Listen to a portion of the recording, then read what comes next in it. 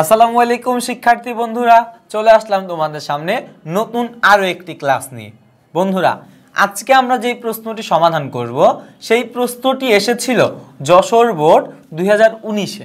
আমরা প্রশ্ন দেখেই বুঝতে পারছি এই প্রশ্নটি কি আমাদের যে তৃতীয় অধ্যায় রয়েছে অর্থের সময় মূল্য, ওই অধ্যায়ের উপরে আসা। তো বন্ধুরা, আমি এখন বেশি কথা বাড়াবো না, না বাড়িয়ে কি আমরা সরাসরি প্রশ্নের দিকে চলে যাই। দেখো বন্ধুরা, আমাদের উদ্দীপকটি ছিল কেমন? মিস্টার শ্যামল সম্প্রতি চাকরি থেকে অবসর নেন এবং তার অবসরের 25 লক্ষ টাকা ক ব্যাংকে 10 বছরের জন্য স্থায়ী হিসাবে জমা রাখার সিদ্ধান্ত নেন। ব্যাংক তাকে 12% হারে সুদ দিবে বলে জানায়। তার মানে দেখো বন্ধুরা, ক ব্যাংক তাকে কত পার্সেন্ট করে সুদ দিবে? 12% করে সুদ দিবে। এরপরে কি বলেছে দেখো, জানায় অপরদিকে খ ব্যাংক তাকে 15% হারে মাসিক চক্রবৃদ্ধিতে সুদ দিবে বলে প্রস্তাব দেয়। তো দেখো বন্ধুরা, উদ্দীপকটি যদি আমরা ছোট করে আলোচনা করতে চাই, শ্যামল নামের একজন ব্যক্তি, তিনি কি চাচ্ছেন? তার অবসর থেকে প্রাপ্ত 25 লক্ষ টাকা ব্যাংকে জমা রাখবেন কত দিনের জন্য? 10 বছরের জন্য। এই জন্য ক ব্যাংক তাকে কি বলেছে? তাকে 12% হারে সরল সুদ প্রদান করবে, কিছু বলে নাই। তার মানে কি এখানে সে সরল সুদ প্রদান করবে। এবং এর পাশাপাশি খ ব্যাংক তাকে কি বলেছে? তাকে মাসিক চক্রবৃদ্ধিতে কত পার্সেন্ট সুদ প্রদান করবে? 15% সুদ প্রদান করবে। তাহলে দেখো বন্ধুরা, ক ব্যাংক তাকে সুদ দিবে 12% সরল সুদ এবং খ ব্যাংক তাকে কি দিবে? 15% মাসিক চক্রবৃদ্ধিতে সুদ প্রদান করবে। এটি ছিল কি আমাদের উদ্দীপক। এখন আমরা রিকোয়ারমেন্টের দিকে আসি। দেখো বন্ধুরা, ক নাম্বার প্রশ্নে আমাদের কি বলেছে?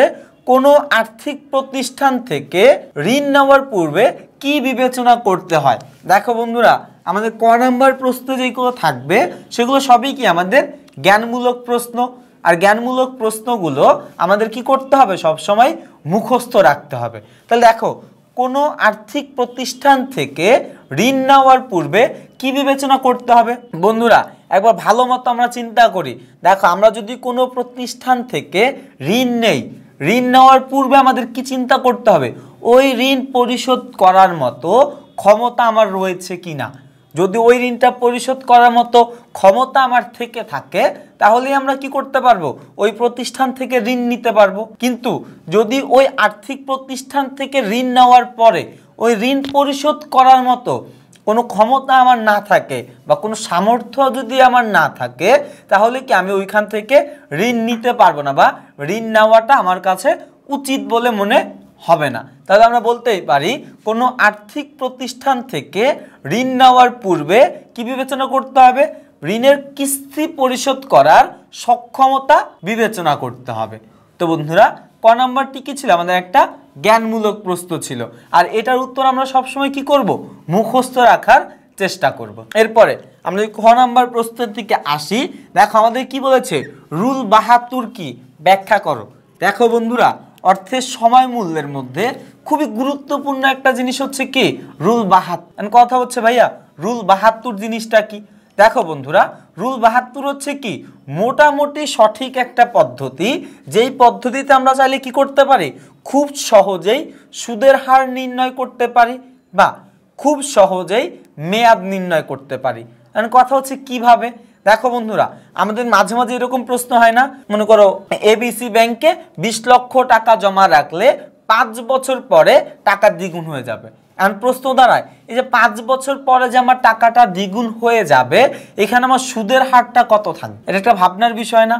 আবার এরকম থাকতে পারে যে আমরা যদি কোনো ব্যাংকে, আবার এবিসি ব্যাংকের কথাই বলি, আমরা এবিসি ব্যাংকে যদি আমি টাকা রাখি 5% করে সুদ দিবে এবং কি আমার টাকাটা দ্বিগুণ হয়ে আমার কাছে ফেরত আসবে।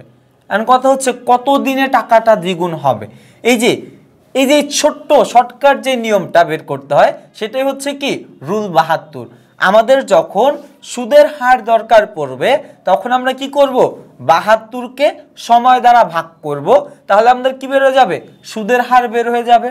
আবার আমাদের যখন সময় দরকার পড়বে, তখন আমরা কি করব? 72কে সুদ দ্বারা ভাগ করব, অর্থাৎ সুদের হার দ্বারা ভাগ করব, তাহলে আমাদের কি বের হয়ে যাবে? সময় বের হয়ে যাবে। মানে দেখো এইখানে আমরা কি করতে পারছি, খুব সহজেই পুরো অঙ্কটা না করে খুব ছোট্টভাবে আমরা প্রয়োজন মতো সুদের হার বের করতে পারছি, প্রয়োজন মতো কি মেয়াদ বা সময়টাও বের করতে পারছি। আর এটাই হচ্ছে কি আমাদের রুল 72। তা আমি আশা করব খ নম্বর প্রশ্নের উত্তরটি কি তোমরা সবাই খুব ভালো মতো বুঝতে পেরেছো। এখন আমরা যদি গ নম্বর প্রশ্নের দিকে তাকাই, আমাদের সৃজনশীল প্রশ্নের মূল যেই বিষয়টি আছে, দেখো মিস্টার শ্যামল ক ব্যাংক থেকে 10 বছর পরে কত টাকা পাবেন। দেখো বন্ধুরা, শ্যামলের কাছে কত টাকা ছিল, 25 লক্ষ টাকা ছিল। এই 25 লক্ষ টাকা তিনি যদি ক ব্যাংকে জমা রাখেন তাহলে 10 বছর পরে কত টাকা পাবে সেটি জানতে চাওয়া হয়েছে। এখন একটা জিনিস চিন্তা করো বন্ধুরা, আমাদের তো অঙ্ক করতে হবে, এটা আমরা খুব ভালো মতো বুঝতে পেরেছি। আমাদের এখন কি করতে হবে, এখনই আমাদের অঙ্ক করতে হবে। কিন্তু বন্ধুরা আমাদের তো সূত্র ছিল 4টি, দুটি কি ছিল সরল সুদের ক্ষেত্রে, দুটি কি ছিল চক্রবৃদ্ধি সুদের ক্ষেত্রে। এখন দেখো আমাদের ক ব্যাংক কি দিচ্ছে, সরল সুদ দিচ্ছে নাকি চক্রবৃদ্ধি সুদ দিচ্ছে। দেখো বন্ধুরা ক ব্যাংক আমাদের খুব পরিষ্কারভাবে বলে দিয়েছে ক ব্যাংক তাকে 12% হারে সুদ দিবে বলে জানায়। তার মানে সে বলে দিচ্ছে শুধুমাত্র সে সুদ দিবে, সে কি দিবে না, চক্রবৃদ্ধি সুদ দিবে না। তার মানে সে কোন সুদ দিবে, সরল সুদ দিবে। ভালো কথা। এখন সরল সুদের ক্ষেত্রেও দুইটা সূত্র ছিল, একটা বর্তমান মূল্য বের করার, আর একটা হচ্ছে কি ভবিষ্যৎ মূল্য বের করার। এখন আমরা কোনটা ব্যবহার করব, ভালো মতো খেয়াল করো কি বলেছে, মিস্টার শ্যামল ক ব্যাংক থেকে 10 বছর পর। বন্ধুরা এই যে 10 বছর পর, এটা কি বর্তমান না ভবিষ্যৎ? আমরা সবাই জানি 10 বছর পরে, এখন থেকে কি 10 বছর পরে, এটা অবশ্যই কি ভবিষ্যৎ। তার মানে দেখো বন্ধুরা আমরা সরল সুদের কোন সূত্রটা ব্যবহার করব, ভবিষ্যৎ মূল্যের সূত্রটি ব্যবহার করব। আর আমরা সবাই ভবিষ্যৎ মূল্যের সূত্রটি জানি। ভবিষ্যৎ মূল্যের সূত্রটি কেমন, এফভি সমান সমান পিভি ইন্টু 1+i। এটা হচ্ছে কি সরল সুদের ক্ষেত্রে, উপরে পাওয়ার কি হবে এন। এটা কখন ব্যবহার করব আমরা, সরল সুদের ক্ষেত্রে। আমরা কিন্তু এখন সরল সুদের অঙ্কটি করব, তার মানে আমরা এখন কি করব, এই সূত্রটি ব্যবহার করে অঙ্কটি করার চেষ্টা করব। তাহলে দেখো বন্ধুরা আমাদের প্রশ্নে কি কিছু তথ্য দেওয়া আছে, এই তথ্যগুলো আমরা একবার সাজাই। দেখো বন্ধুরা উপরে আমরা কি লিখব, গ নাম্বার গ, আমাদের কিছু তথ্য দেওয়া আছে, তথ্যগুলো আমরা লিখি। দেওয়া আছে দেখো বন্ধুরা আমাদের পিভি মানে বর্তমান মূল্য বা প্রেজেন্ট ভ্যালু দেওয়া আছে কত টাকা, 25 লক্ষ টাকা। 25 লক্ষ টাকা গেল। এরপরে দেখো আমাদের কি লাগবে, 1 মানে তো 1ই, আই মানে হচ্ছে কি সুদের হার। আমাদের এই যে বলে দিয়েছে এ ব্যাংক ক ব্যাংক কত পার্সেন্ট সুদ দিবে বন্ধুরা, 12% সুদ দিবে। তার মানে দেখো আয়ের মান কত হবে, 12%। আর এটা যদি আমরা ভাঙাই বা 100 দিয়ে ভাগ করি তাহলে কত আসবে, 0.12। এরপর দেখো বন্ধুরা কি লাগবে, এন এর মান। এন মান হচ্ছে কি নাম্বার অফ ইয়ার্স বা কি বছর সংখ্যা। কত বছর বন্ধুরা, 10 বছর। তাহলে এন এর মান কত হবে, 10 বছর। তো দেখো বন্ধুরা এই সূত্রের আমার আর কোনো মান কিন্তু বাকি নেই, বের করতে হবে কি আমাদের ভবিষ্যৎ মূল্য। তাহলে হচ্ছে এফবি সমান সমান দুটো প্রশ্নবোধক চিহ্ন দিয়ে দিলাম। এখন আমরা সূত্রে বসাই, সূত্রে মানটা বসালে কি হবে, দেখো বন্ধুরা আমরা কি জানি ভবিষ্যৎ মূল্যের সূত্রটি কি হবে, এফবি সমান সমান পিভি ইন্টু 1+i পাওয়ার এন। এখন আমরা কি করব, সূত্রের মধ্যে শুধু মানটি বসিয়ে দিব। দেখো বন্ধুরা পিভির মান কত দেওয়া ছিল, 25 লাখ, 1 2 3 4 5, 25 লক্ষ। এরপর দেখো বন্ধুরা সূত্রের 1 যোগ আই হচ্ছে কি 0.12। এনের মান কত দেওয়া আছে বন্ধুরা, এনের মান আমাদের প্রশ্নে দেওয়াই ছিল 10। এখন আর কিছু করতে হবে না বন্ধুরা, বাকি কাজটা কি ক্যালকুলেটরে আমরা করতে পারবো। তো দেখো বন্ধুরা আমাদের এখানে কি এই 25 লক্ষই থাকবে নিচে, 25 লক্ষ। এবার দেখো এই পুরোটা আমরা একবার করার চেষ্টা করি। দেখো বন্ধুরা কি দেওয়া আছে, 1 যোগ 0.12 পাওয়ার 10 দিলাম। দেখো বন্ধুরা কত আসে, 3.1058। আরও অনেকগুলো সংখ্যা আসে, এগুলো আমরা কি সব সংখ্যা লেখার দরকার নেই। কিন্তু খুবই গুরুত্বপূর্ণ একটা ব্যাপার, দেখো বন্ধুরা, ক্যালকুলেটরে যে সংখ্যাটি এসেছে এটি আমরা কাটবো না, বা এটা কি করব না, ক্যালকুলেটর থেকে মুছে ফেলবো না, এটার সাথে একবারে কি করব, এই 25 লক্ষটা গুণ দিয়ে দিব। তাহলে কি হবে, আমাদের যে একেবারে নিখুঁত যেই মানটি বা একেবারে নির্ভুল যেই মানটি, সেই মানটি আমরা পাবো। তাহলে এটার সাথে আমরা গুণ করি, গুণ 25 লক্ষ 1 2 3 4 5। তো দেখো পুরো মানটা যদি আমরা একবারে গুণ করে ফেলি তাহলে আমাদের কত আসে, 7 7 6 4 6 2 0 টাকা। তাহলে দেখো বন্ধুরা আমাদের কত আসে, 77,64,620 টাকা। তাহলে দেখো বন্ধুরা, মিস্টার শ্যামল সাহেব তিনি যদি কি করে, ক ব্যাংকে টাকা জমা রাখে, তাহলে 5 বছর পরে কত টাকা পাবে, এই যেই 77,64,620 টাকা পাবে। আমরা কি করব, আমাদের প্রশ্নের শেষে সুতরাং চিহ্ন দিয়ে এই পুরো কথাটি একবার লিখে নিব, যে কি লিখব, মিস্টার শ্যামল ক ব্যাংক থেকে 10 বছর পরে এই যে 77,64,620 টাকা পাবে। তো বন্ধুরা এই ছিল কি আমাদের গ নাম্বার প্রশ্নের উত্তর। এখন আমরা কি করব, ঘ নাম্বার প্রশ্নের উত্তরটি সমাধান করার চেষ্টা করব। তো বন্ধুরা এখন আমরা ঘ নাম্বার প্রশ্নের উত্তরটি সমাধান করার চেষ্টা করি। দেখো বন্ধুরা আমাদের ঘ নাম্বার প্রশ্নে কি বলেছে, ঘ নাম্বার প্রশ্নে বলেছে মিস্টার শ্যামলের কোন ব্যাংকে টাকা রাখা অধিক লাভজনক বিশ্লেষণ করো। বন্ধুরা আমরা উদ্দীপকে দেখতেই পেয়েছিলাম মিস্টার শ্যামলের হাতে দুইটা ব্যাংক ছিল, ক ব্যাংক আরেকটা হচ্ছে কি খ ব্যাংক। ক ব্যাংকে যদি তিনি টাকা জমা রাখে তাহলে 10 বছর পরে তিনি কত টাকা পাবে, আমরা গ নাম্বারে কিন্তু বের করেছিলাম, কত টাকা পাবে, 67 লক্ষ। তো বন্ধুরা এখন আমরা ঘ নাম্বার প্রশ্নের উত্তরটি সমাধান করব। দেখো বন্ধুরা আমাদের ঘ নাম্বার প্রশ্নে বলেছে মিস্টার শ্যামলের কোন ব্যাংকে টাকা জমা রাখা অধিক লাভজনক বিশ্লেষণ করো। বন্ধুরা মিস্টার শ্যামলের কাছে দুইটি ব্যাংকের অপশন ছিল বা দুইটি ব্যাংকের সুযোগ ছিল, একটি হচ্ছে কি ক ব্যাংক আরেকটি হচ্ছে কি খ ব্যাংক। ক ব্যাংকে তিনি যদি টাকা জমা রাখেন তাহলে কি কত টাকা পেত, আমরা গ নাম্বারে বের করেছিলাম, তিনি কত পেত, 77,64,620 টাকা, 20 টাকা পেত। এখন আমাদের কি বলেছে, ঘ নাম্বার এসে বলেছে কোন ব্যাংকে টাকা জমা রাখা অধিক লাভজনক। এখন আমরা কি করব বন্ধুরা, দেখো এখন আমরা খ ব্যাংকের টাকা বের করার চেষ্টা করব, অর্থাৎ খ ব্যাংকে টাকা জমা রাখলে কত টাকা পাওয়া যাবে ভবিষ্যতে, ওই ভবিষ্যৎ মূল্যটা নিরূপণ করব। এরপরে ওই ভবিষ্যৎ মূল্যটা নির্ণয় করার পরে আমরা ক ব্যাংক এবং খ ব্যাংক দুটি ব্যাংকের মধ্যে তুলনা করব কোন ব্যাংক আমাকে বেশি টাকা দিচ্ছে। যেই ব্যাংক আমাকে বেশি টাকা দিবে ওই ব্যাংকটি কি আমাদের জন্য ভালো, বা মিস্টার শ্যামল সাহেবের জন্য কি ওই ব্যাংকটাই সবচেয়ে বেশি ভালো হবে। তাহলে দেখো বন্ধুরা কথা না বাড়িয়ে আমরা সরাসরি অঙ্কের দিকে চলে যাই। দেখো বন্ধুরা ক ব্যাংকের হিসাব তো আমাদের করা শেষ, খ ব্যাংকের হিসাবটি দেখি। এখান থেকে খ ব্যাংকের হিসাব শুরু হয়েছে। খ ব্যাংক তাকে 15% হারে মাসিক চক্রবৃদ্ধিতে সুদ দিবে বলে প্রস্তাব দেয়।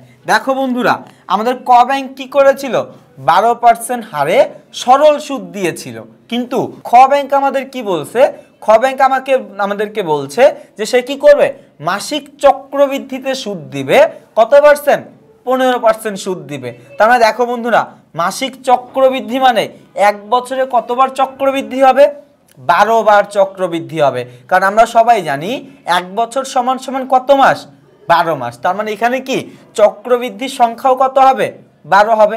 দেখো বন্ধুরা আমরা গ নাম্বার প্রশ্নে এই সূত্রটি ব্যবহার করেছিলাম, এটি হচ্ছে কি ভবিষ্যৎ মূল্য নিরূপণের সরল সুদের সূত্র।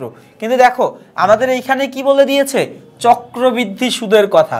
দেখো সরল সুদের সূত্র এবং চক্রবৃদ্ধি সুদের সূত্র এই দুটার মধ্যে কি মূলত তেমন বেশি পার্থক্য নেই। আমরা কি করব, যেখানে যেখানে আই আছে ওইখানে এম দ্বারা ভাগ করব, যেখানে যেখানে এন আছে ওইখানে আমরা কি করব, এম দ্বারা গুণ করব। তাহলে আমরা কি ভবিষ্যৎ মূল্যের চক্রবৃদ্ধির সূত্রটি পেয়ে যাব। তো আমরা যাই অঙ্কটি করার চেষ্টা করি। তাহলে দেখো বন্ধুরা আমরা এখন কি করব, ঘ নাম্বার প্রশ্নের সমাধান করব। ঘ নাম্বার প্রশ্নে আমাদের কিছু তথ্য দেওয়া আছে, আমাদের পিভি দেওয়া আছে মানে প্রেজেন্ট ভ্যালু দেওয়া আছে, কত টাকা? 25 লক্ষ টাকা। 1 2 3 4 5 25 লক্ষ টাকা।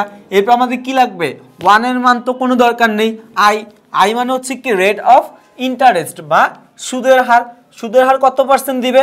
15%। তাহলে দেখো আই সমান সমান 15%। যদি এটাকে ভাঙাই তাহলে কত হবে? 0.15 গেল। এরপর আমাদের কি লাগবে? এম এর মান লাগবে। এম মানে হচ্ছে কি চক্রবৃদ্ধির সংখ্যা। আমাদের এখানে কি বলেছে?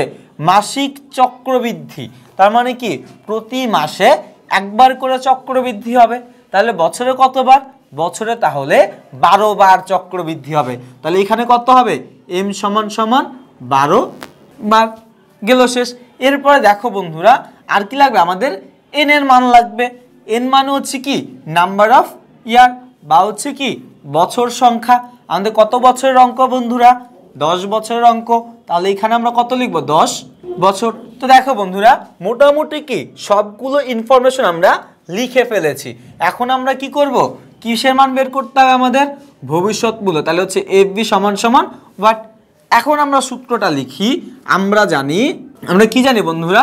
এফ বি সমান সমান PV into 1 plus I divide by M power কি হবে? N into M.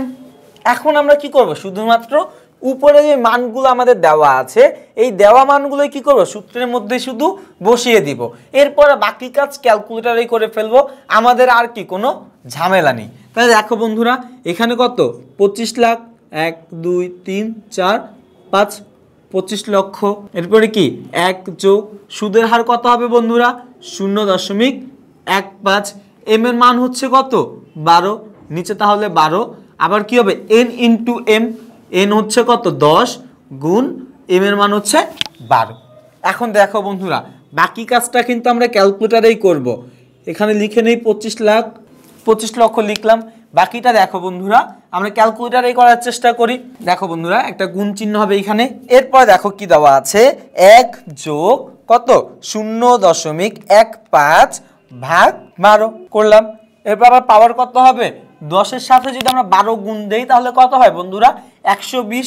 তাহলে পাওয়ার কত হবে? 120 দিলাম। 120। তাহলে দেখো বন্ধুরা এখানে আমাদের আসে 4.440221।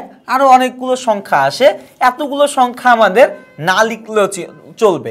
কিন্তু দেখো বন্ধুরা একটা জিনিস আমরা খেয়াল রাখবো, ক্যালকুলেটর যে মানটি এখন এসেছে এই মানটি কিন্তু আমরা মুছবো না বা ক্যালকুলেটর থেকে কি করব না? কাটবো না। এটার সাথেই আমরা সরাসরি কি করব? 25 লক্ষ গুণ করে দেব। গুণ 25 লক্ষ।